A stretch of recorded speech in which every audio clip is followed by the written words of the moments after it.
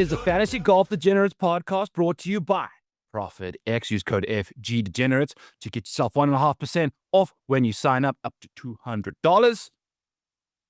Last week was the PGA Championship. This week we got the Charles Schwab. And as always, I'm joined by my wonderful, monstrous co-host, Kenny Kim. Kenny, what's up? Byron, what's up, brother? It got a little bit exciting, until the back nine came. It got a little close. I thought it was good viewing. Kudos to Scotty. He definitely deserved that win after what happened.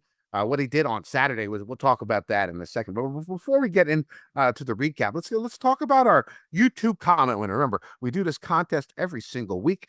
You go to our YouTube channel. When you're watching the video, go to our comment section. Write who you think is going to win the event every single week. The first person to correctly pick the winner gets a free month of Byron's Patreon. He's got all that cool stuff over there. Models, his picks, showdown, everything you need, matchups, finishing position bets, all that stuff. All you need on Byron's Patreon. It is free. You get it for a month if you do win. You get it for free. It's not free. You got to pay for it normally.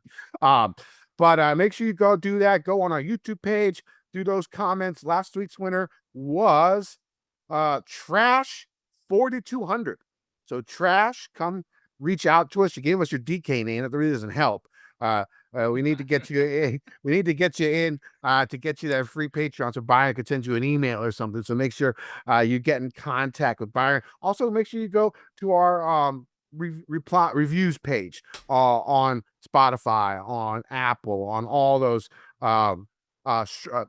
podcast platforms. Leave us a 5-star review. Go ahead, leave us a nice review out there. Really helps our podcast, keeps it free, keeps it so more people can see it every week, and that is ultimately our goal.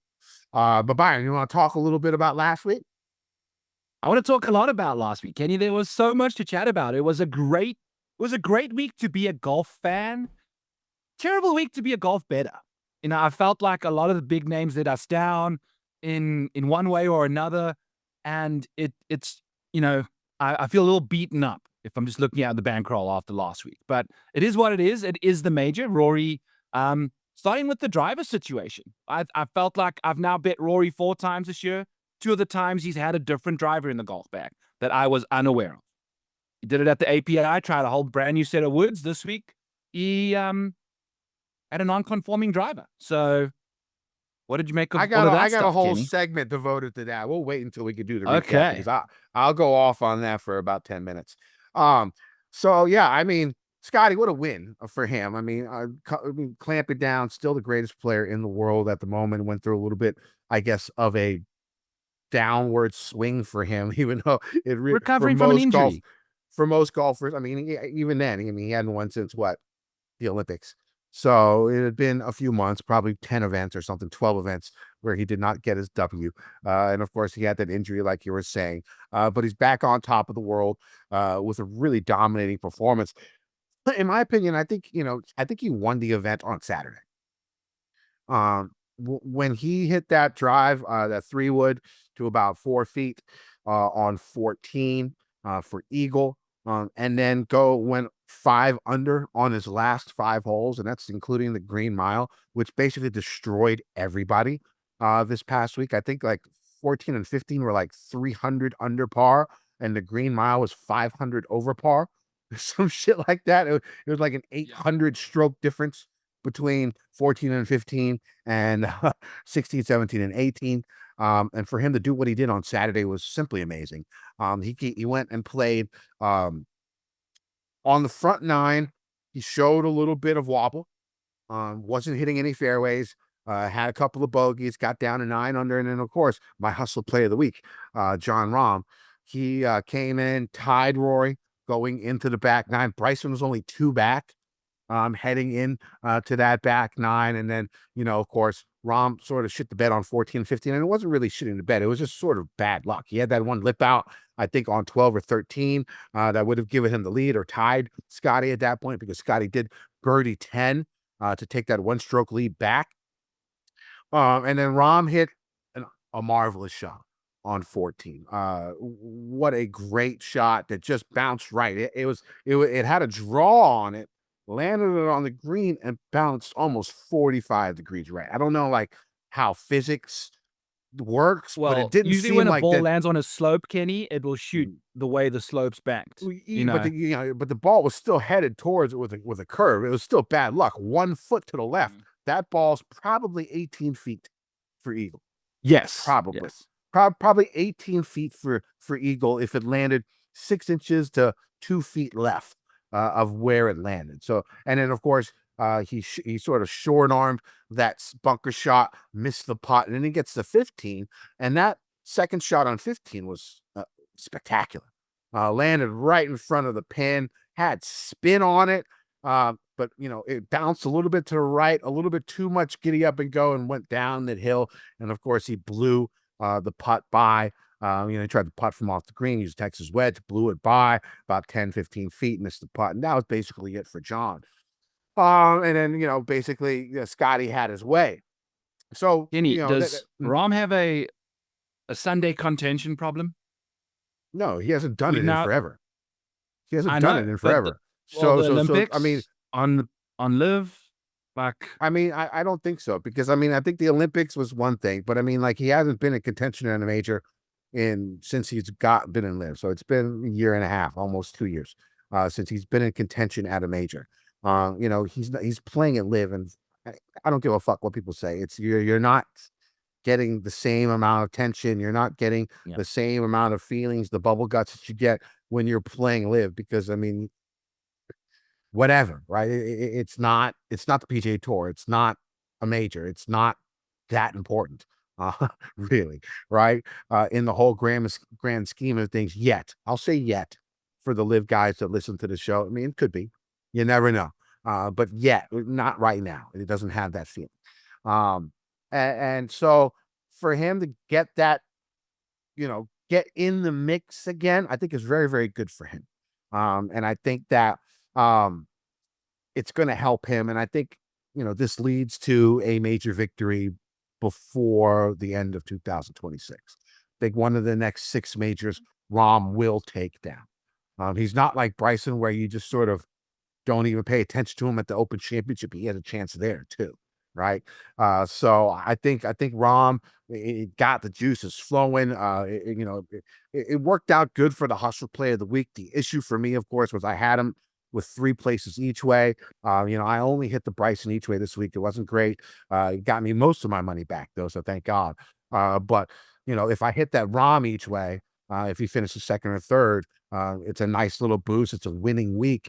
But what really killed me was he was in my $100 single entry, and I was like right in the borderline cash. And then once he, shot 4 or 5 over on his last 5 holes, it dropped me out of the cash.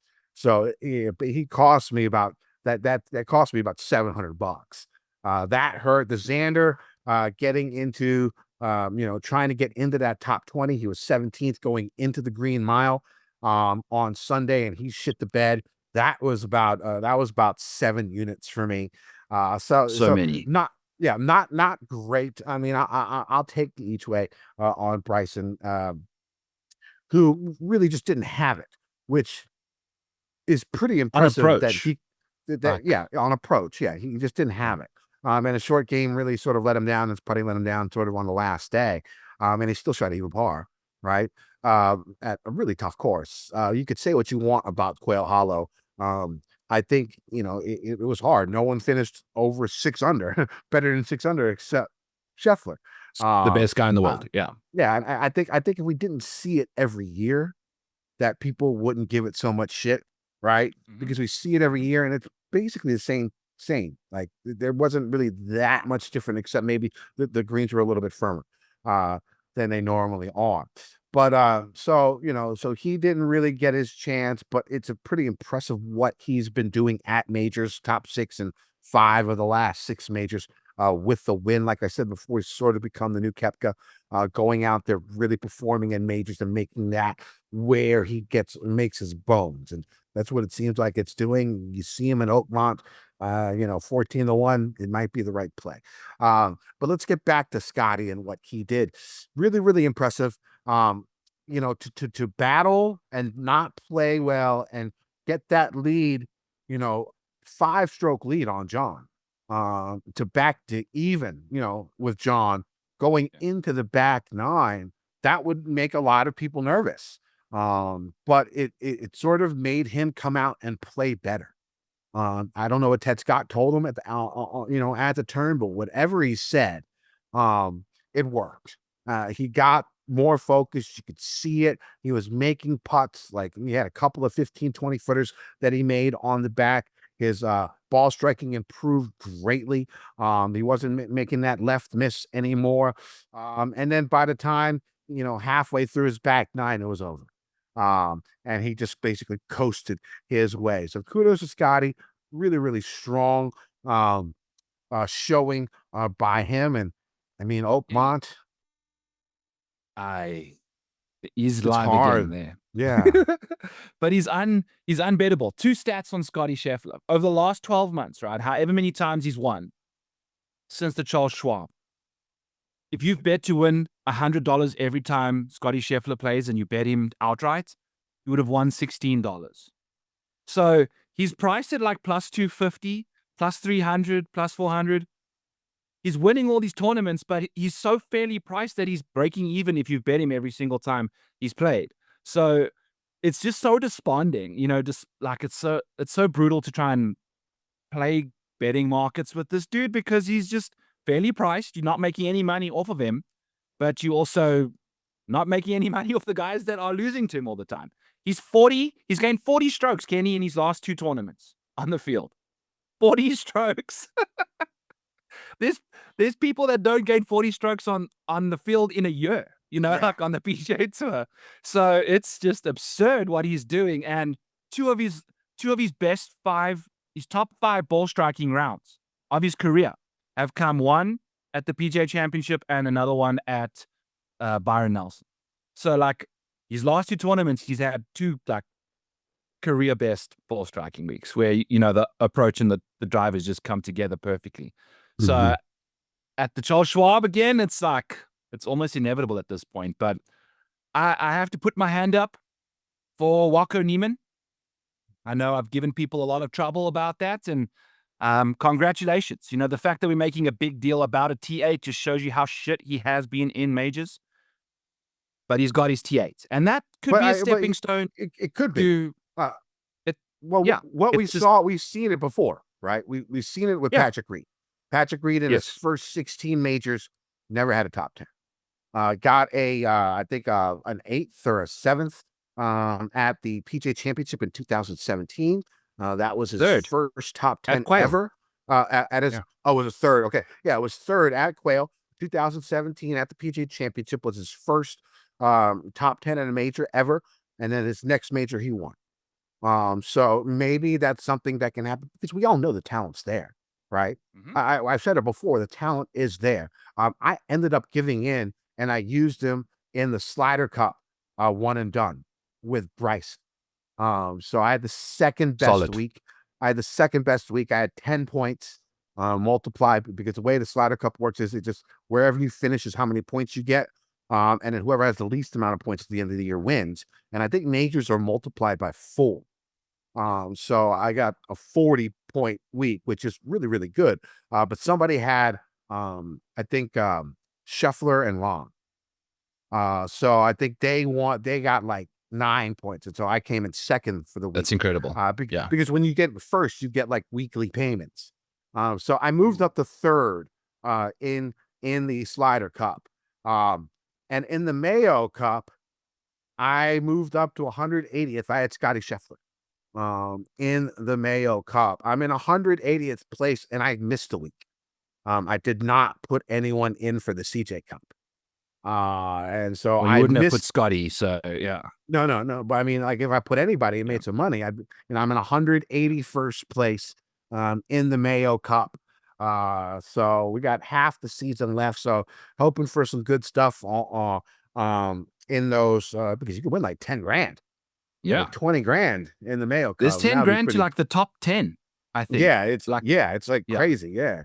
Yeah. So but back to Waco Neiman, Kenny, since you hijacked my my thing and just boasting about your one and done success. Congratulations, by the way. I went with Patrick Reed. He completely shit the bed.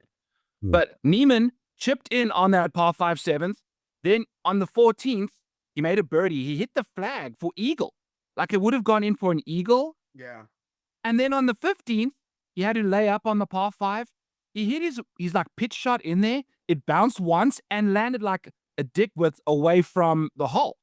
So he almost made 3 eagles like on Sunday, which just goes to show how talented he is. But at the same time, he was like outside the top 30 entering the Sunday round. So like all the pressure was off. It is the epitome of a backdoor. And he finished T17 when he putted his final ball in. He was like T15. And everybody dropped, And then everyone came back. The course played significantly harder in the afternoon. So props to him. Perfect situation to get that T8. If sometimes so, that's what's needed. Yeah. Sometimes you're playing like you need a break, right? Because it had to have been mental for him, right? It's absolutely mental. Yeah. Because we know the talent. The guy is uber talented, right? I mean, like even before he was on Live, people were talking about this guy's going to be an amazing golfer. And he, I mean, we don't watch Live that much, and he's doing his thing there, and it gets sort of a stain on it because it's on Live and people don't buy it, but he's kicking ass over there, right? Yeah, and I liked him, Kenny, when he was winning the Genesis Invitational and breaking records there. But then he goes to Live and says, "Am I not in the majors?" Like after he's won all of these things, like the cockiness there after dominating on Live. And then showing up to the majors and routinely just not showing up. So he'd also lost around the greens in the first 3 rounds over half a stroke. That was his best performance. And then he gained 2.7, I think, in the final round. So he finally showed up on the short game front. So it's the short game. It really is his short game. He's just never matched the ball striking with the short game. So maybe he can do it now. We'll see. Xander finishing 1 shot outside of the top 20, Kenny. Fuck! Was it only one shot? Was it only one shot? No, I thought he was, dude. I thought he was way out after what happened on the green. I didn't realize it was that close. It was T19 and T28, and he made a double on 16, bogeyed 17, birdied 18. So if he just somehow doesn't hit it in the water, makes a bogey on 16, we're making. It's a massively different week, man. Yeah, massively different week. Yeah, because I put 7 units on that fucking top 20 bet. Yeah, I bet $200 on ProphetX. Also, speaking about ProphetX, Scotty Scheffler. The last time he gained more than 4 strokes in a Saturday round was last year's Charles Schwab on the Saturday. So I went for Scotty Scheffler on Saturday for over 69.5, thinking I'd get like a 70, 71. A nice solid round from Scotty, but nothing spiky. The moment he hit his ball in the fucking woods and it went Brian Campbell on us, I've been so fucked by trees. It's not even, now granted, he probably would have still shot 69.5 or lower, but I think it gave him the momentum to just get across the line, on that Saturday. So Scotty's had a couple lucky breaks as well. Props to him on finally busting through on Saturdays. I mean, he's been really mediocre by his standards on Saturday. So everyone likes to bust through on a Saturday, Kenny, but you know the drill there. So anybody else you want to bring up about the PGA? One thing before we move on to Rory, I want to talk about Rahm again. The one thing I did notice about Rahm is, I talked about this a lot last week, is no Hulk Rahm, right? No angry Rahm. And his mental game was a lot sharper. You saw it. I mean, he was in every group, smiling, leaving a birdie putt short on 12 and stuff like that. Like he really kept his composure. And John needs to do that because when he gets frustrated, it really amplifies the negative aspects of his game. Yeah, he hit that fan. He hit that fan, and it's like the best day of his life. It was crazy. I mean, he made a joke about that. He's like, he wishes the fan's head wasn't so hard because that shit rolled through the fairway into the that other guy was side a linebacker. He was a monster sitting he wasn't even phased. He was like, I once hit a guy really bad. Like it was I was playing I think Goose Creek or something like that in Loudoun County here in Virginia, and I hit like a screaming 3-wood fairway driver, never left more than like 8 feet off the ground. and it was just screaming towards this guy. I sliced it right. He was on another hole. The ball bounced once and just hit him square in the back, like full fucking speed. I got, bouncing definitely helped, right? But still, I mean, it was a screaming low liner, like bullet. And the guy just turned back. He was like, "Your ball's right here," and just walked away. The dude was fucking huge, fucking huge. He just turned around. He was like, "Your ball's right here," and just kept walking away. Like I yelled for, but there was nothing that guy could do. That thing was just screaming at him. But yeah, I mean, yeah, if it was like some like old person, woman, I mean, they probably could have died.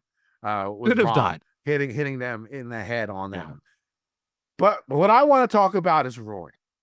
No, also Kenny, Rory, Rom on the 18th was managing his frustrations perfectly. That T-ball on 18, he got at 189 miles per hour ball speed. Like Bryson hangs around 190, 193, you know, Rory 190-ish. Rom on that final hole when he was out of it, dude, that is like one of my favorite things I've ever seen. Like he needs to bring that out more. Like let it fucking rip, dude. 189 from Rom is so impressive. I understand he pulled it, which helps add a few miles, but he almost hit the wall in the creek. Like it just went forever, man. So he's got some juice. So if he probably leans into that a bit more, that would be fun. So nice stress reliever there. But yeah, Rory. Another guy that was speed training was Hideki after he missed the cut. He goes out to the range on Friday and just starts doing some Bryson shit, releasing that frustration that he had out there, which was, I mean, I'm shocked he hasn't WD'd from the Colonial for fucking up his back or his neck. He'll do it after round one. Yeah. That motherfucker was swinging hard. He was just angry swinging out there like, fuck him. I am fucking pissed because he missed his first cut in the major in forever. Now let's talk about Rory.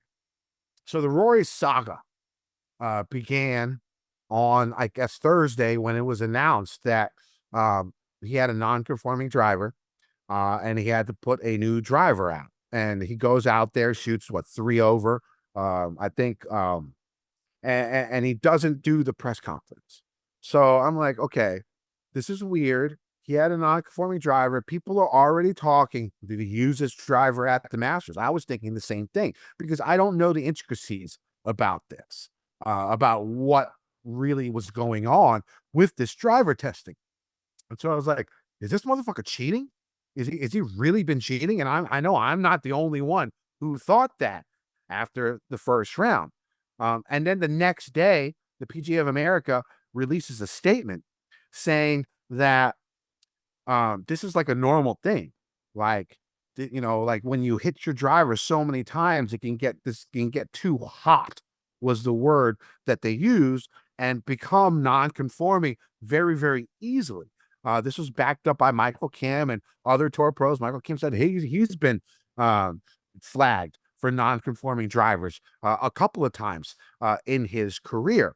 And then Rory goes out there and shoots, 69, pretty respectable round. He did not shoot poorly like he did in round one. So people in round one were thinking, okay, he either not coming out because he played like shit, typical Rory baby bullshit, or he cheated and he doesn't want to come out to talk about it. Friday comes along and the PGA of America releases that statement saying that like this is a normal thing, but they don't say that this is exactly what happened to Rory.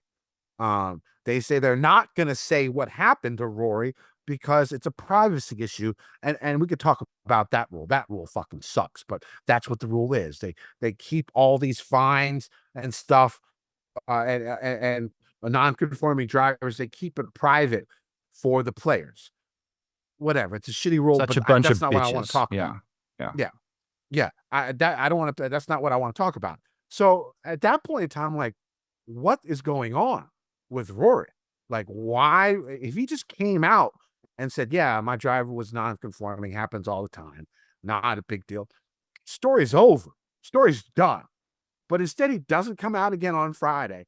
Doesn't come out again on Saturday, and I'm like, this is some fishy ass shit, right? Like, why wouldn't he just come out and say something? Like, this is making him look really, really bad. And then Sunday comes. And then Scotty, at his press conference, says that his driver was flagged also. And then this morning, Monday morning, we record this on Monday morning, and then, of course, Rory doesn't do a Sunday presser. And so I'm like, I still don't understand why Rory just doesn't come out and nip this in the bud. Okay, yeah. He's gathering steam for the haters. He's gathering steam. Like, it's a bad look. And then this morning it comes out that there were upwards of 10 or more golfers whose drivers were deemed non-conforming for the PGA Championship, and Rory was the only name that was leaked. Now, this is when it clicked in my head. Yeah. I was like, okay. Like, because when you think about it, like, the last month, Rory's been on a whirlwind tour, like, you know, on late night shows, talking whatever, being light about everything, making fun of himself, right? Like it made no sense for me to why, after just one bad round, after he's already gotten the slam, everything's good. No one's gonna be like pissed off that, you know, he shot 3 over on Thursday. Like, why wouldn't he just come out? It made no sense to me at all, except that he was cheating before I heard what happened. And there's more than 10 guys who, you know, had non-conforming drivers, and none of their names were leaked. The only name that was leaked was Rory. And then it clicked for me. It made sense. I think, then this is me just making a guess here, I don't know for a fact, but he didn't do any pressers out of spite to fuck the PGA of America, whoever released his name, because that is not supposed to happen. You could say whatever you want about the rule, but the rule is those matters are kept private. How or why that name, Rory's name, was released, we don't know. But it was released onto a PGA Tour show, right? On Sirius XM is what it was on. And the PGA Tour and the PGA of America are different here. Okay, so let's get that out of the blue. So what I think Rory was doing was, okay, here's the thing. Rory moves the needle. Okay, people either hate him or love him. He's the one. Him and Bryson are the two guys that really, really move the needle. I mean, look at the ratings for the Masters. 22 million people watched the last hour, and Rory win at Augusta. That number is fucking insane, right? And that was because it was Rory, right? He moves the needle.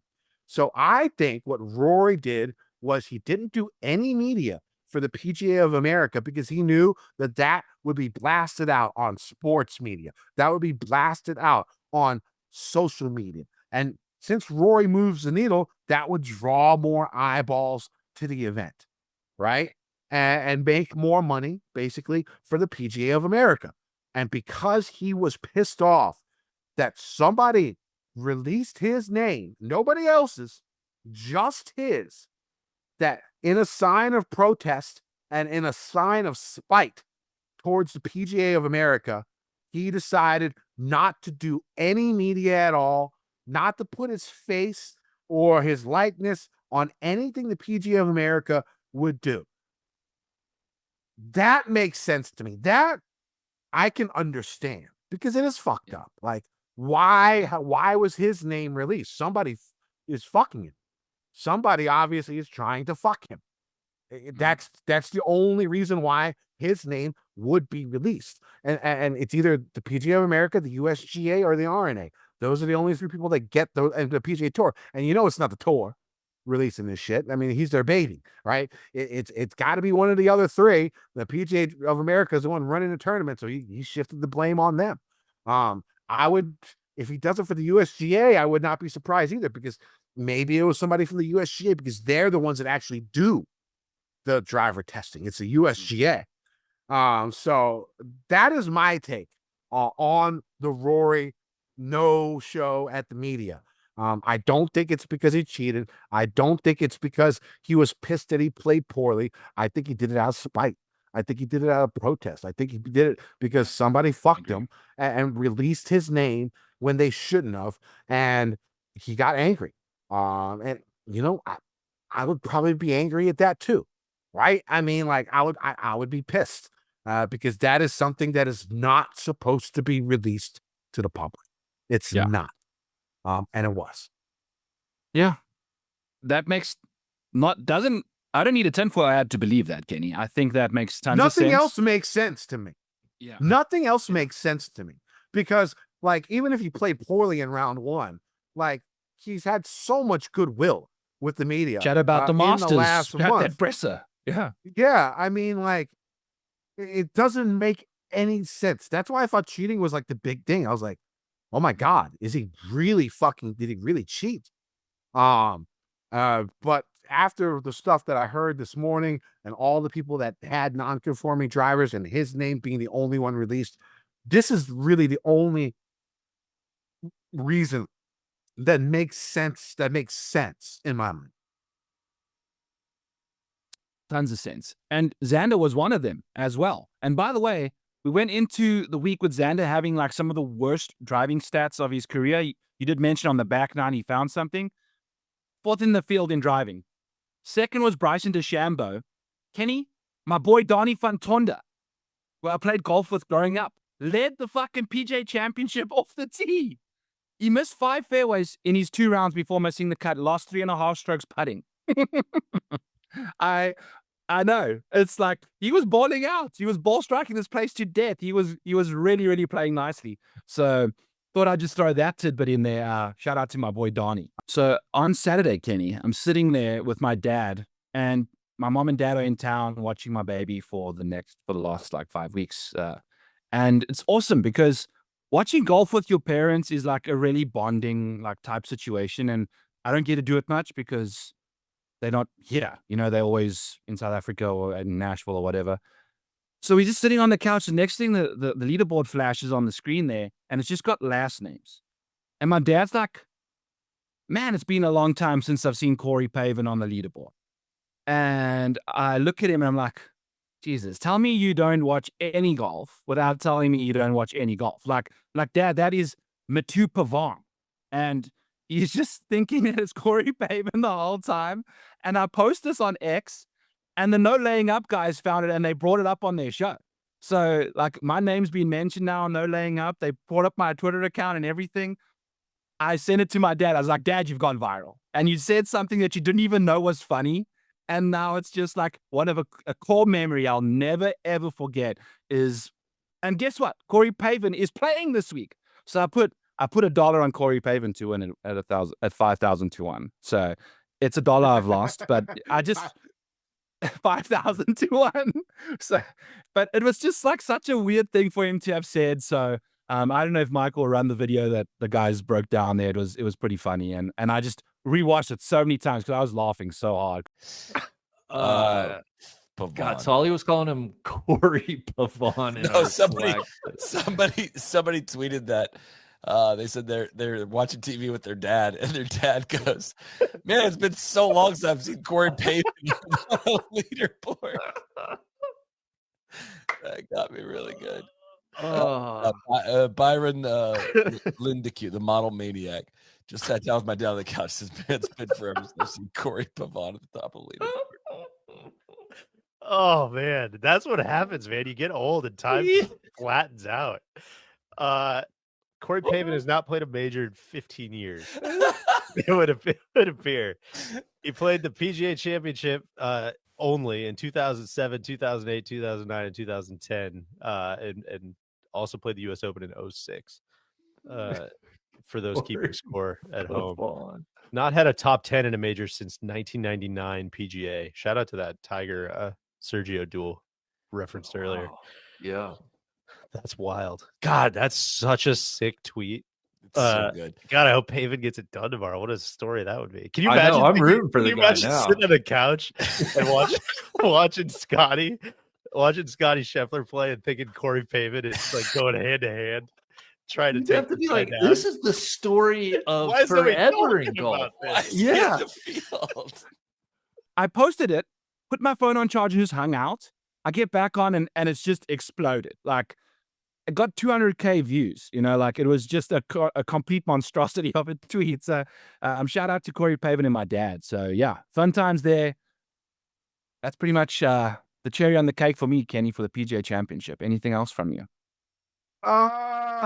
No, I think we're good. Let's go on to this week a little bit. How are we going to start? Should I go over the course?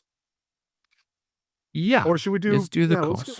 Let's go over the course. So, all right. So after a fairly exciting PGA Championship, the PGA Tour moves back to Texas for the Charles Schwab Challenge. This is an invite-only tournament, around 130 golfers in the field, with the cut still being top 65 in ties. The course has seemed to favor experienced golfers. This millennium, there's only been 4 golfers that have won the event in their 20s. Everybody else, I think 21 out of the last 25 winners have been 30, 31 or older. But those last 4, the 4 20-year-olds have been in the last 10 years. So I'm not saying this to count out the younger guy. And I think this is a week where, the Justin Roses, the Lucas Glovers, guys of that ilk are definitely live. Weather definitely plays a big factor here. From what I've heard, they haven't had that much rain in this area of Texas here recently. There doesn't look to be any rain in the forecast. So I would expect these fairways and greens to be pretty baked out. I mean, we're looking at like 90 degrees temperatures for the week. And then Saturday and Sunday bring the winds, 20 to 30 mile per hour winds. So, weather is definitely going to play a big factor. I do think Thursday looks like the lightest amount of wind. I think you are going to see some scoring there. But again, as the week goes on, basically like what we saw this past week at Quail, as the week goes on, it's going to get more difficult. The big change, of course, last year was the redesign by Gil Hanse. The routing and the look is still familiar, but there was 80 yards added in length. Barrancas were added, new grass everywhere, adjustment to a couple of tee boxes. He also eliminated some greenside bunkers, made them grass bunkers. The biggest change, in my opinion, is going to be on the greens. First off, we saw this last year. New greens, new grass on greens usually cause very firm conditions, and it was super firm, like borderline, like unfair, like firm last year. Now there was even heavy rain like Wednesday before, and those greens still were like hitting the ball on trampolines.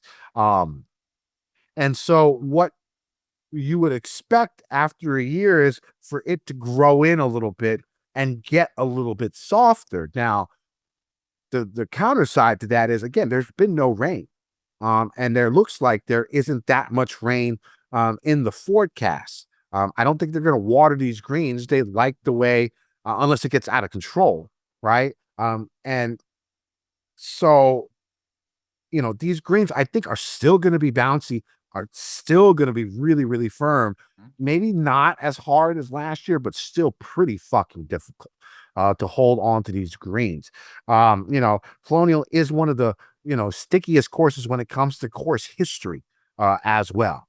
Now, Colonial Country Club, 7,280 yard par 70 with 4 par 3s and only 2 par 5s. The par 5 first hole reachable in 2 by most golfers.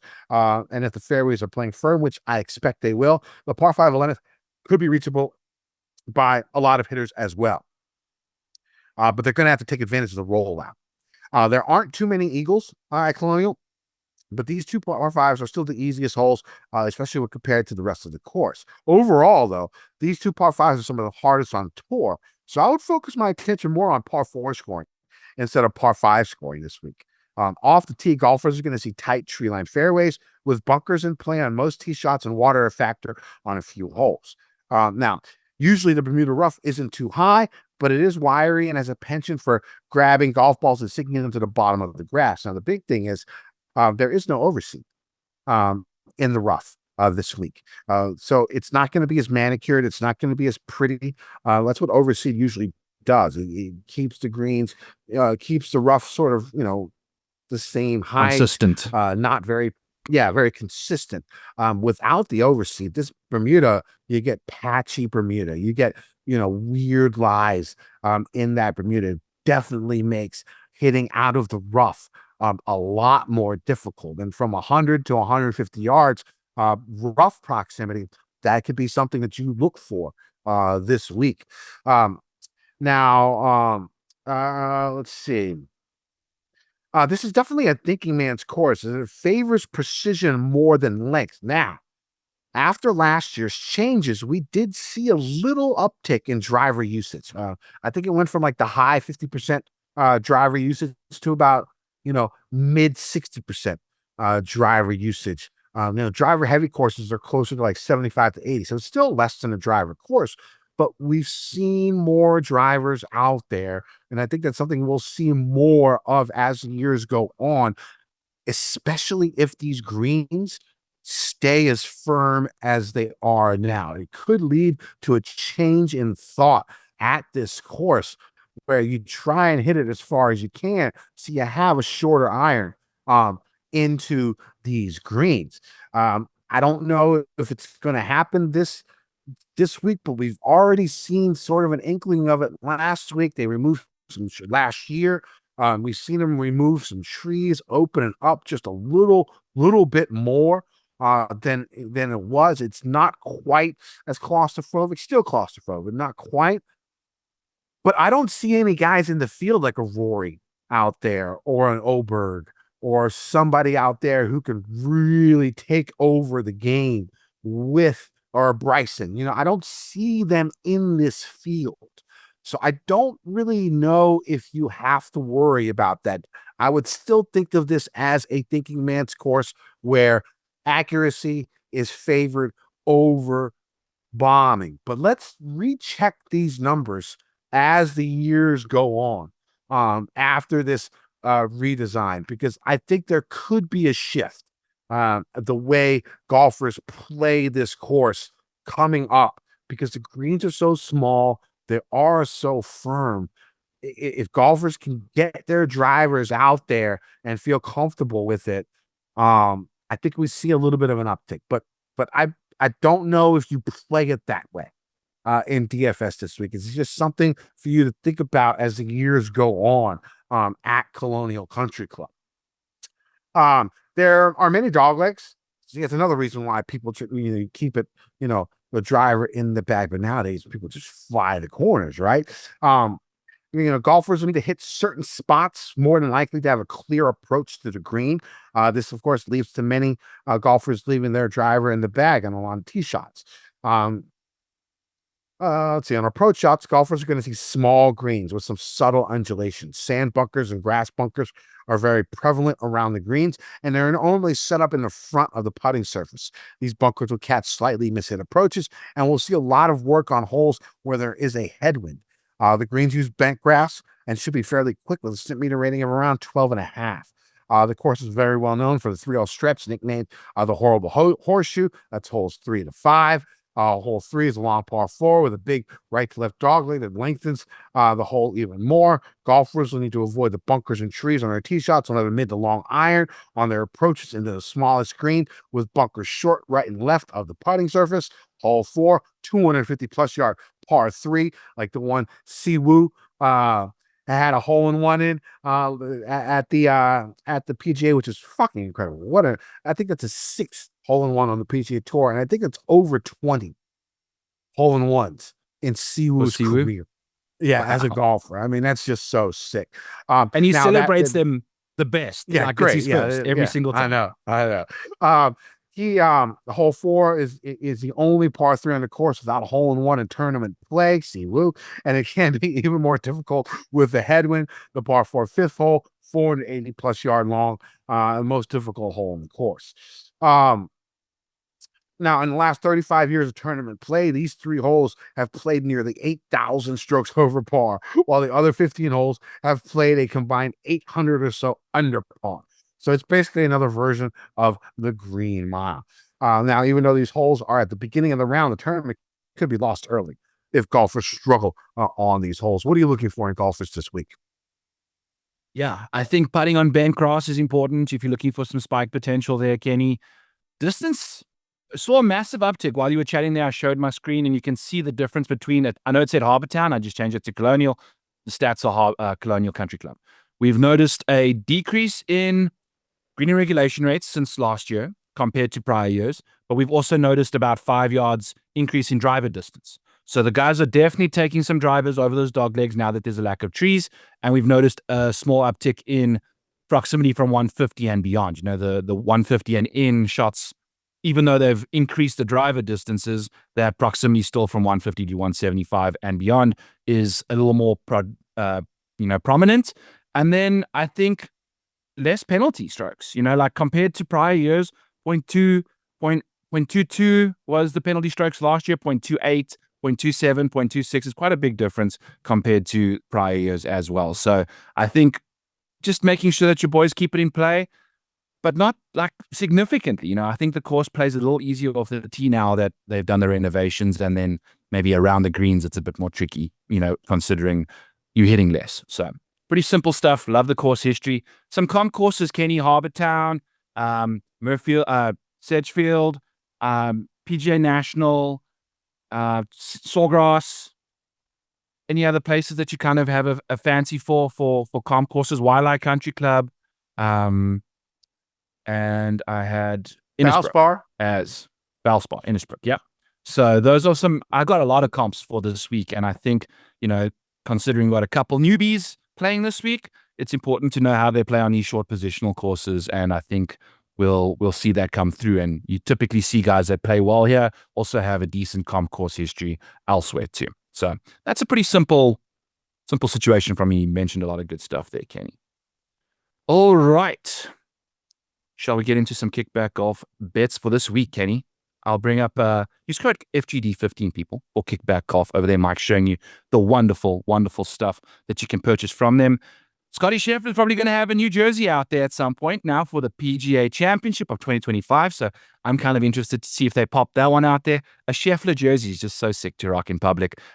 Baseball jerseys, basketball jerseys for PGA golfers with their best scores, the year they won a major potentially, like Scotty Scheffler. And use code FGD15 to provide Kenny with a little extra funding there so we can improve on his Wi-Fi and have a better product for you guys. That's really all we're asking for here on Fantasy Golf Degenerates. So till then, I'm going to go ahead and bring up my screen over here and chat about a couple guys that we're going to call this the Sweat Bets segment of the show, where we will be bringing up a couple of the top 5 guys on the odds board, which are likely to provide us with the biggest sweat of the week.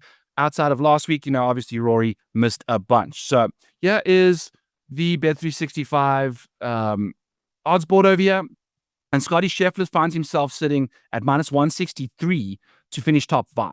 If we go over to my little tool here that you can find in the Model Maniac Patreon, I pulled up Scotty Scheffler's betting profile for the last year since 2025 began. But if we click on 2024, we'll also see how that changes. And Scotty's been ultra successful in pretty much every single market. I think if we're taking a look at the top 5 situation here, that's the way you want to probably be betting Scotty Scheffler. He's back. He's ball striking it to pieces. I think you can lay the juice here, grab Scotty Scheffler for a top 5. Shit, you can even bet him to win this tournament. I think just put him to win 2 units, or you put a unit on him and win 3. Like if that's what you're in the mood for. I think the top 5 is a very safe play considering he's finished for second, third, and second year in the last 3 starts. So that's someone we're going to be looking at there. Tommy Fleetwood's going to be our top 20 bet for this week. If you're taking a look at Tommy Fleetwood's situation over the last little while, he's second on the odds board there at plus 105. If you take a look at his metrics here, it's the only market since 2024 that Tommy Fleetwood is profitable in. Clicking on his top 20 numbers here, you can find a lot of green boxes over here outside of the PGA Championship. He's typically thrived on these shorter venues. So looking at his odds, they've been in the negatives for the most part of the year. This is a cut event versus the signature events being a no cut. So we are getting plus 105 for a Tommy Fleetwood top 20 bet there. So I don't mind that whatsoever. Jordan Spieth, same situation, plus 105 for a top 20. He's been sensational around this golf course. If you take a look at Spieth's track record at Colonial, we can pull up the Charles Schwab over here and just take a look at highlighting his track record. What on earth? We've got just those pulled up. So in the last 2 years, he's missed the top 20 bets, but he's cashed them 3 years prior to that. I think maybe want to go top 10. I think maybe that's the better way to go. Spieth is a little sketchy right now. I think you want to risk a little less on that top 20 market and kind of go to the top 10 for Jordan Spieth. If we're looking at Daniel Berger, give me a top 20 for Daniel Berger. I love that at a very even money type situation. Potentially once ProphetX gets their placements up there, we'll get even better plays for us. And Daniel Berger at the Charles Schwab in the top 10 market, not necessarily the greatest thing or all of that stuff. But if we pull up his recent form, his top 20 market, particularly in 2025, has been sensational. If you're betting to win $100 per bet for Daniel Berger in the top 20 market, you've returned $250. So he's been sensational in that top 20 market ever since the Waste Management Phoenix Open. We've got 6 of his last 10 that have been a top 20 play there for Daniel Berger. And then Hideki Matsuyama, I think just bet him to miss the cut. He's just all over the place right now. I think I'm out on him until further notice for Hideki. So we'll see what happens there. Kenny, Scotty Scheffler's plus 250 to win this tournament. What are we doing? Are you going that without markets? Are you hitting the each way 3 places with ramped up odds, potentially just trying to get a second place, third place, higher payout if the guys show up there? I haven't made any bets because Scotty's broken my brain. So guide me to the promised land. So I got 2 main bets and I got 2 main bets and I got 7 long shots. Is basically the way I'm doing. The 2 main bets are going to be without Scotty. The first one's going to be JT Poston, 30-1 with 5 places without Scotty. Guys have just been playing really good golf here recently. You go with like the Heritage Comp and stuff like that. It makes sense for him here. He's played well at this course in the past with some solid finishes. He's just playing really, really strong golf right now as it comes down to it. His putting has been good, avoiding the bogeys. His short game is solid. His par 4 scoring has been very, very good. Going JT Poston 30-1 with 5 places without Scott. Next, it's going to be Harris English. Where are you getting 30-1? This is a very unique. It's a very unique kind of a bet this week. So trying to find these books is tough. So just guide the people to where you've placed these bets. Bet365. All my bets are always on Bet365. That's why my numbers usually might not be that great. It's one of the only books in my area that offers each way. So I'm sort of stuck with them since I almost always bet the each way prices. So the next one is going to be Harris English 30-1, 5 places without Scotty. Again, the form solid, course history solid. He's coming in again looking good. Iron game has been pretty good. Again, par 4 scoring really, really solid. Bogey avoidance really, really solid. And we saw what he did with his runner-up finish at Quail Hollow last week. So I like those 2 as basically my main card. The rest are bombs. The rest are all 8 places with Scott. Okay. The first one's going to be Ryan Gerard, 60-1. Gerard, just the numbers, are there for him. Like, where is he? Where is Gerard? How much is he this week on DraftKings? There he is. So he comes in the top 5 in my model. Iron game inside the top 20. Tee to green inside the top 15. Really, really good short game. I think you're going to need a good short game this week. Very good from 150 to 175. The majority of all approaches are going to be from that range. He showed off a little bit last week at the PGA Championship as well. I like him. 60-1 with 8 places. Next, it's going to be Bez, your boy, your South African boy, 75-1 with 8 places. Really strong course history at this event. This seems like a Bez type event. I wanted a better number than 75-1 because I was thinking about betting him prior. But I'm going to go ahead and just take the 75-1 with 8 places for him.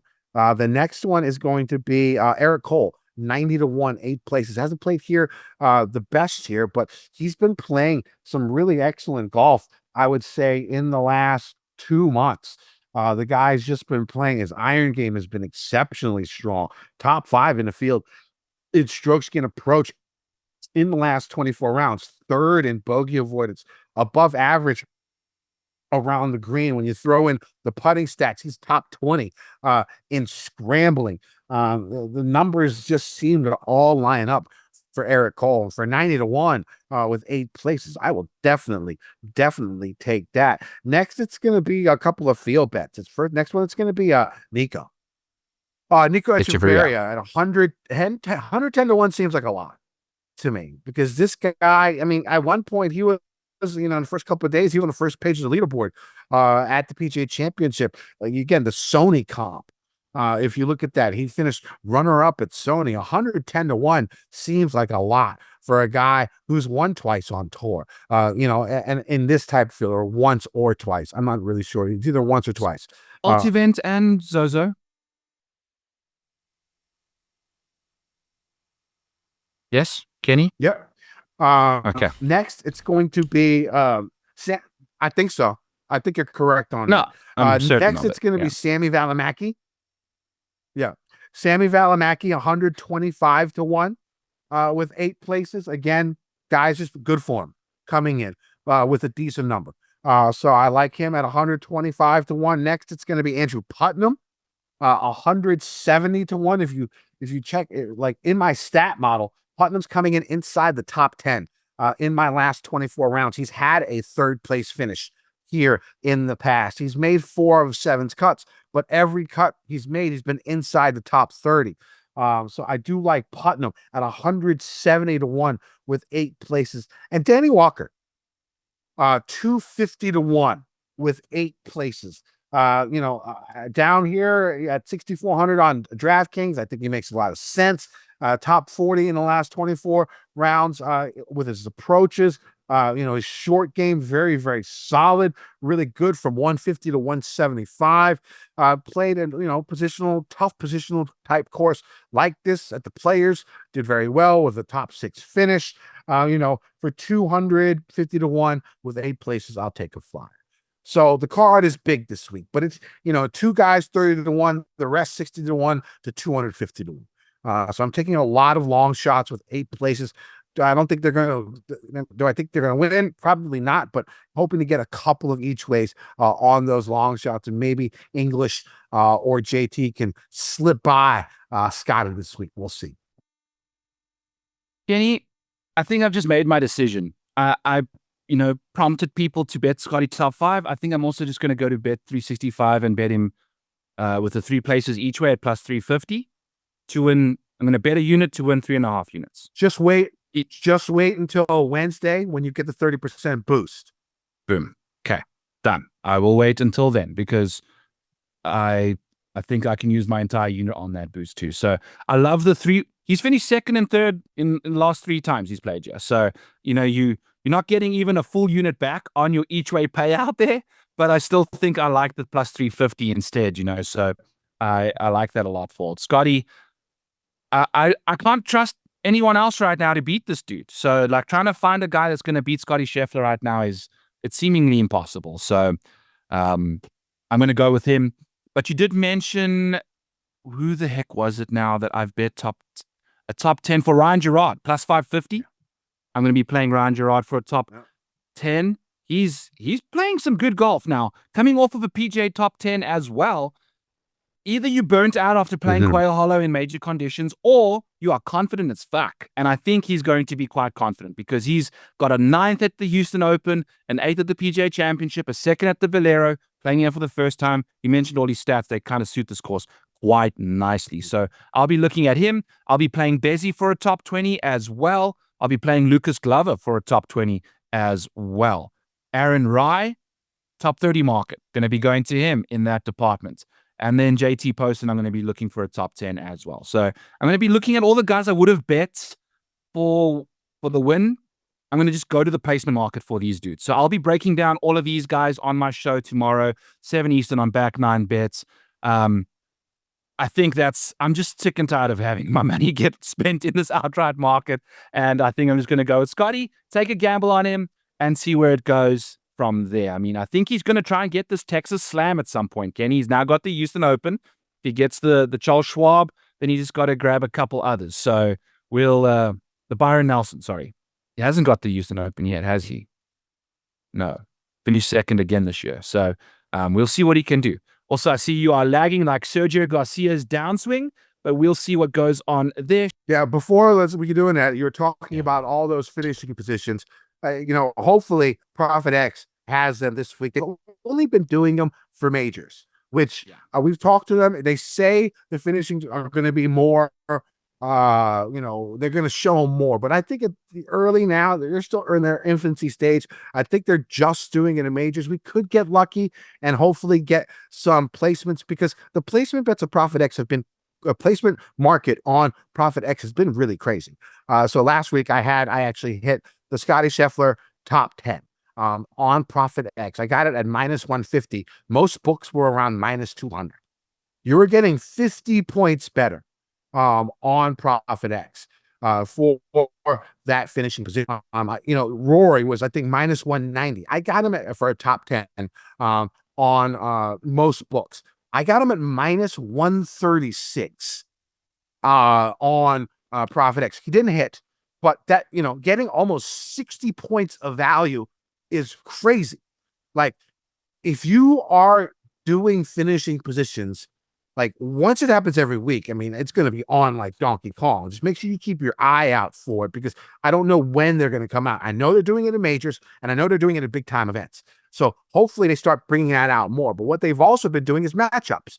And I think it's really good to check out the matchups. They only do about 8 to 10 or something like that, but you can compare them with similar type matchups on different books. And you're going to get some really great numbers, because you're requesting your own numbers. Again, ProphetX is peer versus peer. You're only going up against one other person. You're not going up against the book. And then ProphetX is only taking 2 or 3% of the winnings of the winnings. That's it. So that's why 48% of people win on ProphetX, not like 2 to 3% on most books. And in the long game, especially in the matchup and the finishing position markets, like, these value that you get, 50, 60 point value, is so big in the long term. And so once they start bringing that out every week, it's going to be an every week thing for me. And the cool thing is, like, what I've sort of found out is, if you put because the thing is, you're requesting numbers. And sometimes you can put Looney Tunes numbers out there. Like, if Scotty is -200 for a top 10, in the beginning of the week, when the market doesn't have that much liquidity in it, put out -130. See what happens, because more than likely, before all the liquidity sets in, you put those numbers in on a Monday, right? Or when the matchups first come out, or when the finishing positions first come out, and there's no liquidity on there, and you go in there and put some weird number that nobody should really match, them shits get matched. Like, I don't know why. Like, okay, as the week goes on, and as there's more liquid, in the market, it's a lot harder to get those in. Not saying it doesn't happen, but it's a lot more difficult to get those insane numbers matched. So my strategy for when the matchups come out and when the finishing positions come out is to get on there early. Put your numbers in early, because they have a much, much better chance of being matched. So make sure you go to ProphetX, use promo code FG Degenerates. These types of sites are going to be taking over, I expect, because you're not going up against a book. There's no juice, right? There's no vig. Like, you're just going up against one other person. And if that person's dumb and matches some insane number that you put in, so be it. And there's a lot of people that will match those numbers. Like, it's crazy, especially now, before it starts getting too popular. Like I said before, like, I've won GPPs in like tennis when it first started. When Showdown first started, that's when I won all those GPPs, before everybody jumps on board. And people are going to be jumping on board. There's no doubt, and I've already seen so much more traction on social media and stuff for ProphetX and similar sites like this to do the same thing. This is going to be the way to really do finishing positions, outrights, whatever. They use a third party to do it. They can't really do the peer versus peer on that. So sorry, Well, with ProphetX. Scotty I'm not probably Scheffler, you looking can at almost you do it. for Yeah. yeah, with Scott, I think Scotty's like +4 right now, maybe. But you can request these numbers. It's a lot harder for the third party to say yes, right? Yes. Than some Joe Schmo, his underwear on the couch being like, oh fuck Rory, he sucks. I'll take that -130 or the +130 for no on the top 10 because he blows. Wow. All right. I mean, that those guys are out there, right? And to get on this early, this is when you're going to make the money. Like even an underdog, when that shit first started, I crushed. When shit first starts is when normal people like you and me, because I am no stud, I am no genius when it comes to betting. But like when shit like this is first fucking available, you gotta jump on these quick and win as much fucking money as you possibly can before everybody else catches on. Okay? And people are going to catch on to ProphetX. There's no doubt in my mind. I've said this before. Like, I didn't really get what the fuck was going on when they first decided to sponsor. I was like, okay, fine, whatever. Just pay us, right? And I'll go ahead and bullshit my way through wherever the fuck I have to bullshit through to get the money you're going to give me, okay? That is not the case anymore.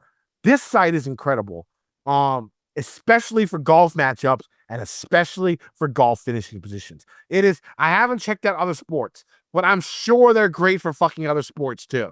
But like when it's not now, when it's not +6,000, when you're making plays at like +130, +110, -140, -120.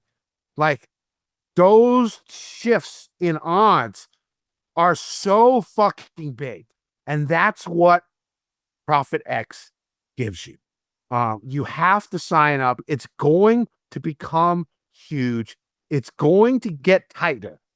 People are going to start using it and understanding how to use it because it's not going to be new anymore. Jump on now because early is the time where you win all your money. When everybody else catches on, it's going to be a lot more difficult. Get on ProphetX right fucking now. Yeah. Take it from the king of coming early, people. Kenny Kim knows when you need to be on certain platforms. So go and do that. I thought you were talking about yourself. I was like, we got shit in common. Particularly in the establishments. But Kenny, we're gonna have to find another matchup this week for us because I'm on a 2-win streak right now versus you. With I think last week. We'll have to go through we'll have to go through the DFS and see which ones we agree on and which ones we don't. Yeah, perfect. Let's get to that. So, blood, sweat, and DFS tiers for this week's Charles Schwab challenge. Scotty Scheffler, 13-7 at the top of the board. We're taking a look at historical ownership there. It's going to be 40% and above, potentially 50 plus, because the guy's balling out. Then we've got Tommy Fleetwood, the Lone Ranger at 10K, Daniel Berger 9.9, and then a monstrous 9K range. So we'll just chat about all of them, and it's rounded out by Keith Mitchell, Aaron Rye, Aris English, those kind of dudes. So, Kenny, the ultimate question here is, what are you doing with Scotty Scheffler at 13-7? Because, look, yeah, the game theory is to fade him, right? Because he's going to be 50% owned. I am not going game theory this week. I am not going game theory this week when it comes to Scotty. I'm playing Scotty 100% in all my lineups because I have some gems in the 6K range. I got 3 guys in the 6K range I fucking love this week that I'm going to use a lot. And I think the one thing you got to do is if you're going to go all Scotties, you got to fade Berger. Because I think Scotty Berger lineups are going to be popular. I think that's the way a lot of people are going to go. We saw it last week with like, with 2 high guys and people were still able. I think the winning GPP was in the millie was, I think Rory was Scheffler Xander or Scheffler Rory. I think one of those two but one of those two combinations is what took down. And now there's no 5K range, which makes it a little bit more difficult this week. But there are some 6K plays that you can play. I do think Berger is going to be the second most popular golfer in this field. I don't think you could play both unless you're not putting them together in a lineup. So I think you fade one and play the other, or you fade both if you have the balls. I'm going to be fading Berger because I'm going to be playing all Scotty. I think the pivot off Berger would probably be Tano. And I know it's weird paying second highest price guy, but he's only $10,000. It's not like he's 10.8, 11K or something like that. He's $10,000. I think, and he hasn't had the best history here, but this seems like it should fit him, right? I think this is going to be his third or fourth time playing this event. I think on average, the winner here has averaged 7 attempts before their first win. So, it takes a little bit of time to really get to know this course. That's why I'm not the biggest fan of newbies, but I am going to play some. But I think Tommy, with his record at Heritage and stuff like that, this seems like it should be his type of course. I don't think he'll be too popular, being between Scotty and Berger. I think maybe 10%, 12%. Or something like that. I mean, he might be the pivot. And I think he has, I don't know if he'll win. He's never won before. But I think you could start a lineup with him and be happy with a top 5 for him, especially if Scotty and Berger both shit the bed. Now, that's a pretty big if when it comes down to it. I'll go on. I have some cash game cornerstones here, but I'll let you go over who you like up here and what you're doing with Scotty. Yeah, I'm going to be locking Scotty into 20 lineups. I'll be doing the $3, 20 max and rocking and rolling there. I love just Scotty Scheffler plus 2 punts at 6K leaves you with $8,100. So for the next 3 names. So like literally 2 6K guys flat leaves you with $8,100. So we're not going to be playing $6,000 cheap dudes in like 2 6K guys. Absolutely. In a lineup. So you're going to be having to find some $6,400, $66 and stack those guys in there. But like you said, Kenny, I've also done a couple deep dives on some dudes. Love who's down there.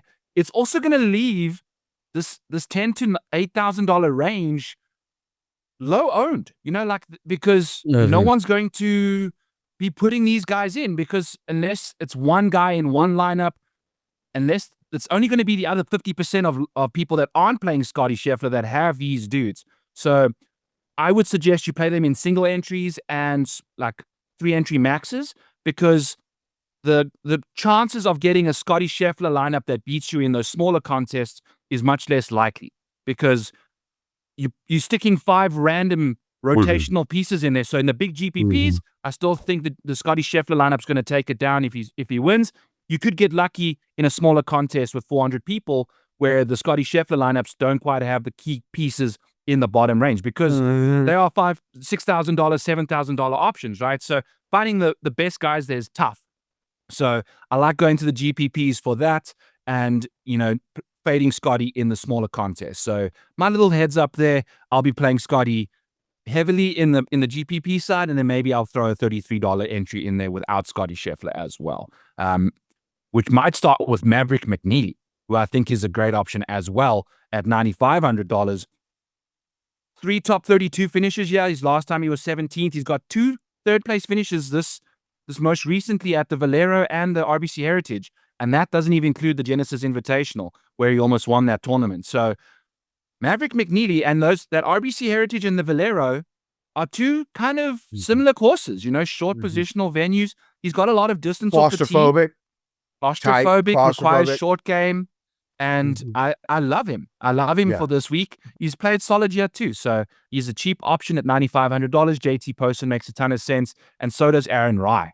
Aaron Rai is sneaky good on bent grass greens, friends. He's top 5 in strokes gained putting from 5 to 15 feet on bent grass, and just in general, he's 10th in this field. So love what Aaron Rai can do on these surfaces in the $9,000 range. But again, that's just going to be, I might just go with Maverick McNeely and Aaron Rai or JT Poston in my non-Scotty single entry line. Then I'm just going to be diving into the 7s immediately after Scotty Scheffler hits my lineups.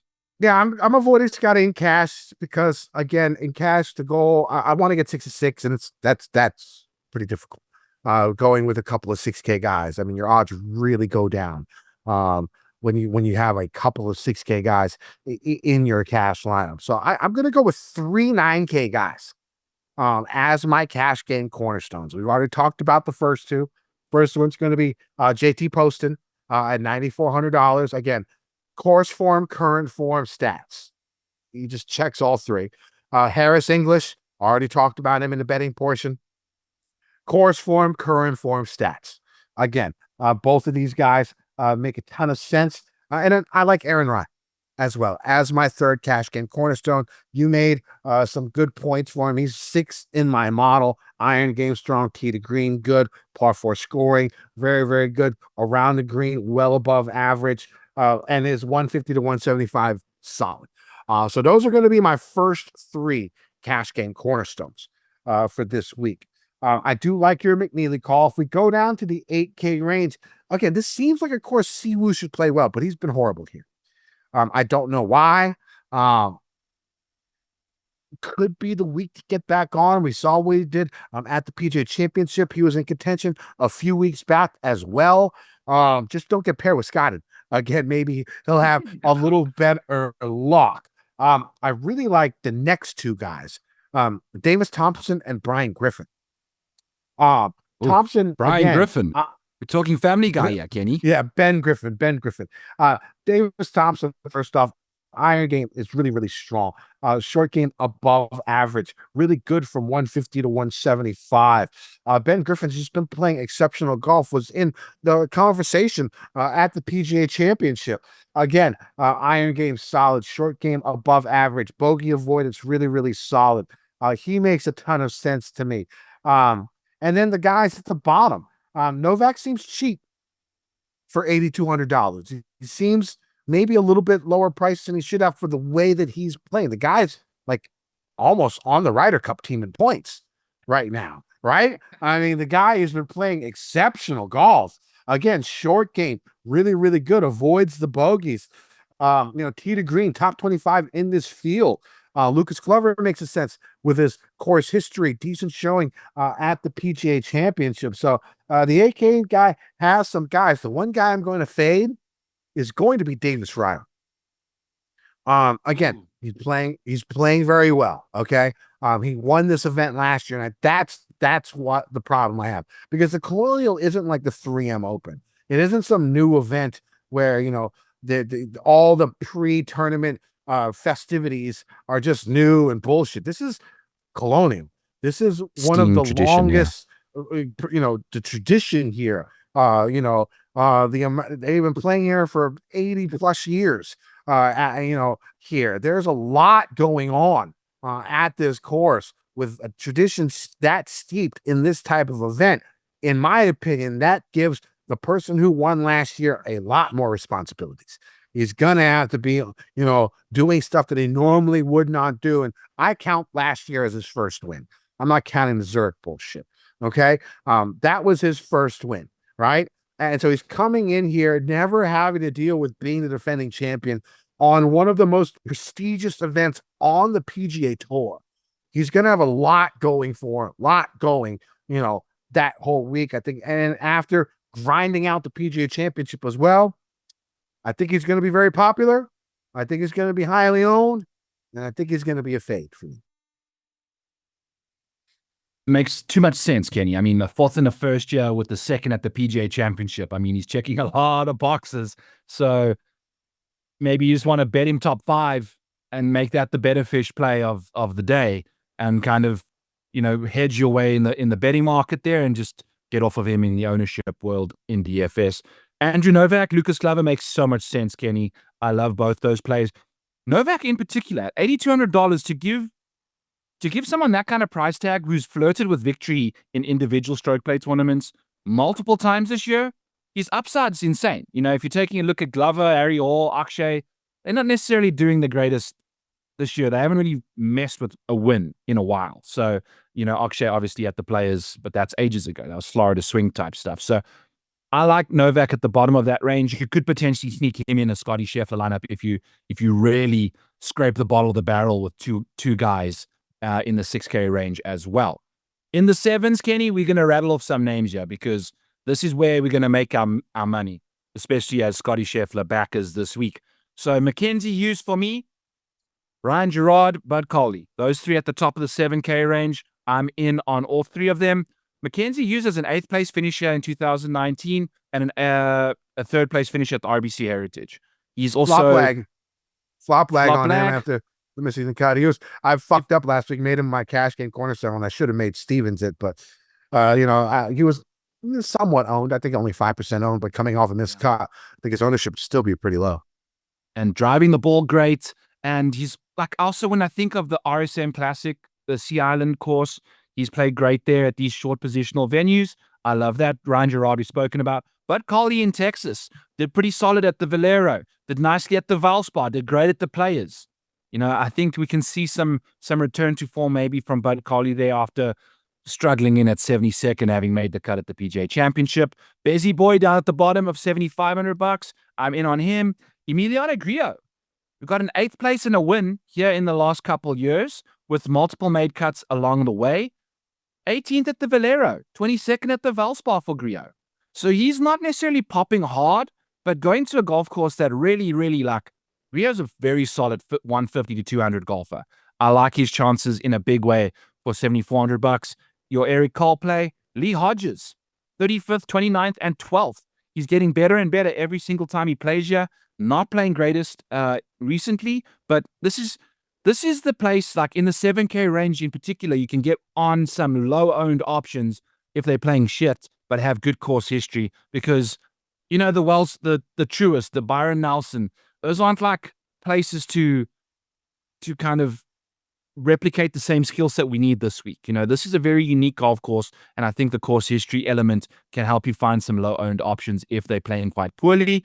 Pearson Coody with a 5th place finish here last year, a 25th at the Byron, and a 31st at Corrales. So he's playing some solid golf. Matt McCarty seems like he fits this kind of venue perfectly with his kind of skill set that he provides. And that's going to be it for me in the 7K range. Might throw Rio Hitsatsuni in there as well at the bottom. Kenny. Yeah, I like Gerard up top. I already spoke about him in the betting segment. I like my favorite, outside of Gerard, I think my favorite GPP play in the 7K range is going to be Alex Smalley. Alex Smalley at $7,700. Now, his iron game has been poor, but he's actually been one of the best in this field in rough proximity from 125 to 175. He's actually been very, very good from the rough. You're going to miss these fairways. It's just going to happen. So even though his iron game hasn't been that strong, he's actually been good from the rough from 125 to 175. Everything else really screams his name for this course. Second in bogey avoidance in the field last 24 rounds. Top 10 in strokes gained around the green. Top 10 in strokes gained par 4 scoring. Top 20 tee to green. I like Alex Smalley a lot. He was one of the last ones left out of my betting card. If he wins, I'm going to be really pissed because he's like one of the last ones out. But I really, really like Alex Smalley. My final cash game cornerstone is going to be Seabass. Talked about him in the betting segment. The course history is there. He's made his last few cuts. So basically, when it comes to my cash game cornerstones, lots of course history, lots of recent made cuts. So at top, it's going to be JT Posted at $9,400. Harris English at $9,200. Aaron Rye at $9,100. Bazidin Hoot at $7,500. This still leaves you $14,800 to leave out the rest of your lineup. So other guys, I like Hisatune a lot. Eric Cole, talked about him already. Big fan of him this week. But Hisatune, one of my favorites, down in the lower range. Again, short game, very, very solid. Doesn't make too many bogeys. Actually has pretty good course history at correlating courses. So I do like Rio a lot this week. Now, let's get to the 6K range. I have 3 plays. All 3 of them were viable for my hustler play of the week. Let's go over my first two that just missed the cut. The first one, it's going to be Ricky Castillo at $6,900. Again, iron game, very, very strong. Short game, well above average. Very good rough proximity from the areas that I was talking about, from 125 to 175. His form has been very, very good. Fifth in the CJ Cup, 12th in the Valspar. He's had a couple of top finishes in his last 4 events. You look at the CJ Cup, he's coming in, I think for the first time ever in his career, he gained strokes in every single strokes gain category there is. And that was his last time out at the CJ Cup. His best putting surface is bent in his young career. His best putting surface is bent. He actually gained strokes on quote unquote difficult courses throughout his short career. Really like Ricky Castillo this week. Just missed out on hustler play of the week. The next one that just missed out on the hustler play of the week, Danny Walker at $6,400. Again, top 25 in my model. Really good rough proximity from 125 to 175. Well above, top 40 with his approaches in the last 24 rounds. Short game, very, very strong. Well above average from 150 to 175. Really like Danny Walker this week. And now, my hustler play of the week. Mike, hit the music. The hustler play of the week for this week is going to be Andrew Putnam at $6,700. You're looking at probably sub 5% ownership here with Mr. Putnam. 14th in strokes gain approach in the last 24 rounds. 9th in 150 proximity from 150 to 175. 20th with his strokes gain around the green, all in the last 24 rounds. Top 20 in strokes gain par 4 scoring. 8th in my model for the week. He's had a 3rd place finish here. He's played this event 7 times. 4 top 30s in those 7 events. That's the reason why I went with him out, even though he's missed the cut 3 times. I think he finished 12th last year, top 15 here last year without the greatest form coming in.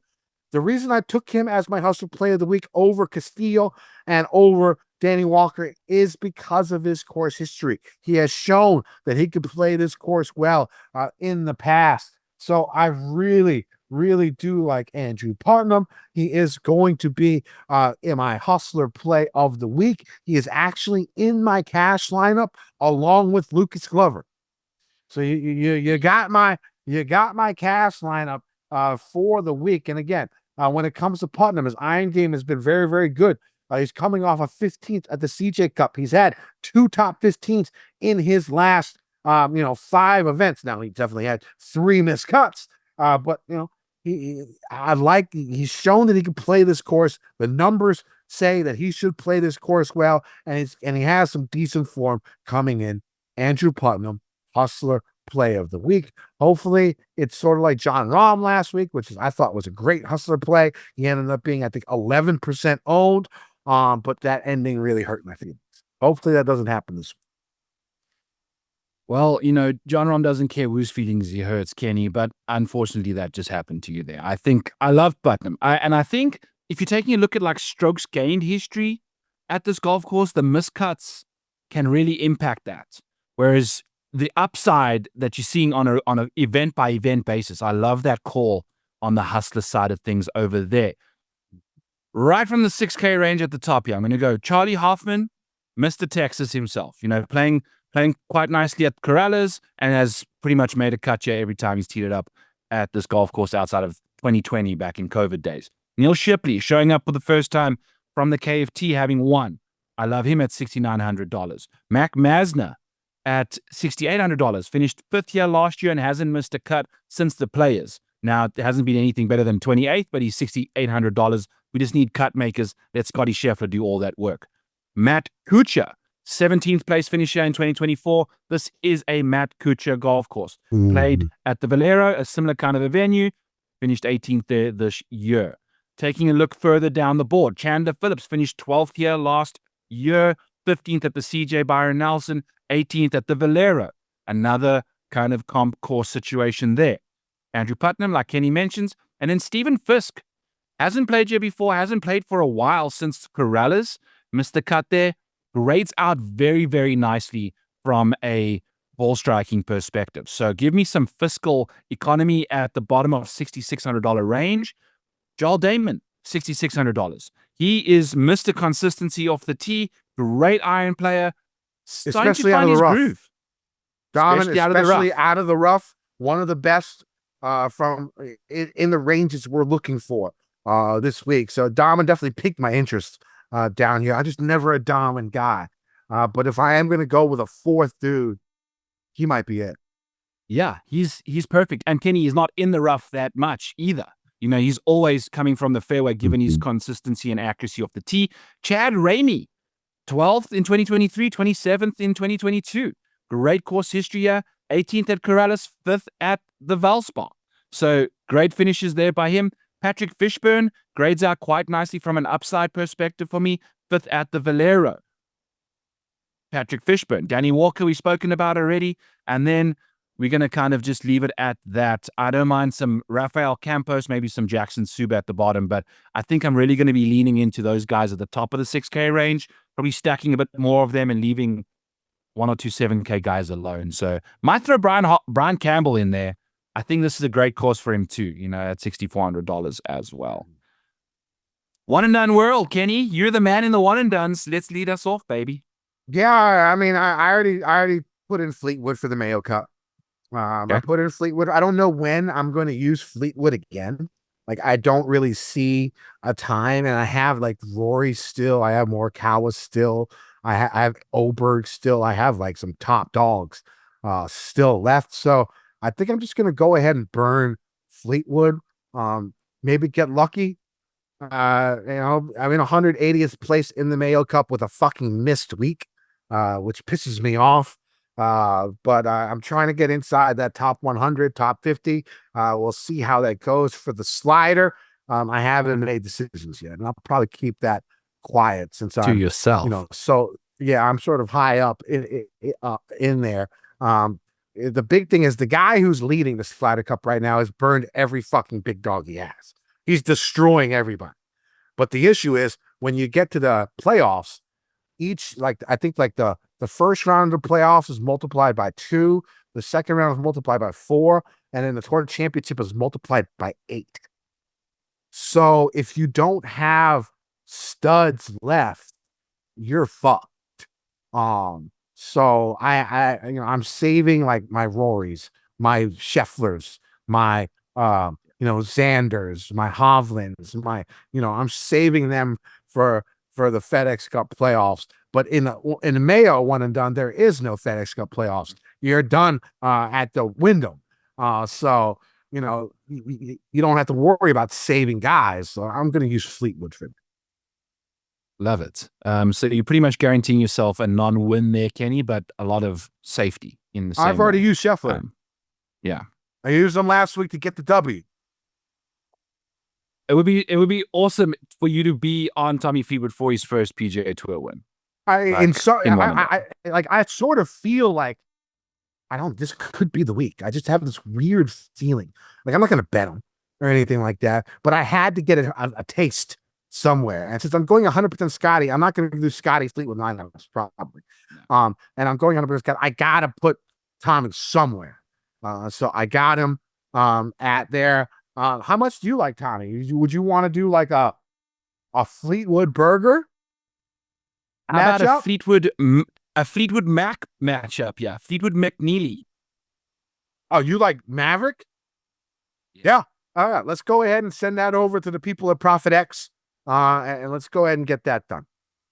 Beautiful, and that will be my one and done as well. By the way, Maverick. Yeah. Yeah, I like Mav this week. I do. I was hoping for a freaking, because at one point in time, I think he was like I think he was like inside the top 15 going into Sunday and this past week. And I had Mav was the first PGA future bet I made. If you remember back in the fall, I think he won the RSM. And I think I bet him then to win the PGA at 100 to 1 with 8 places. But that dream died at Scotty just killing our dreams. Like everybody else. I mean, I was just hoping for a place. Yeah. I didn't think he was going to catch up with Scotty.